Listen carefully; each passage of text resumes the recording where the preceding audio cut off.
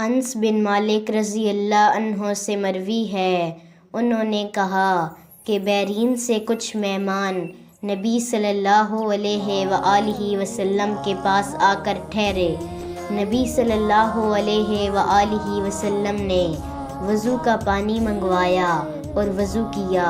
تو وہ جلدی سے آپ کے وضو کے پانی کی طرف دوڑے، جو ملا اسے پی لیا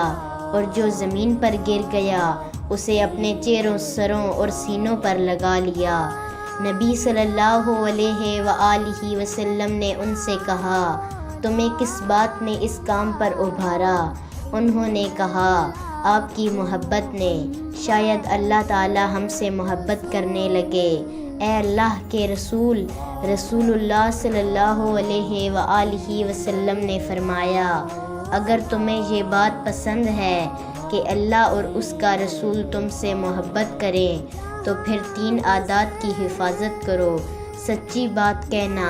امانت ادا کرنا اور بہترین پڑوسی بننا، کیونکہ پڑوسی کو تکلیف دینا نیکیوں کو اس طرح مٹا دیتا ہے جس طرح سورج برف کو پگھلا دیتا ہے۔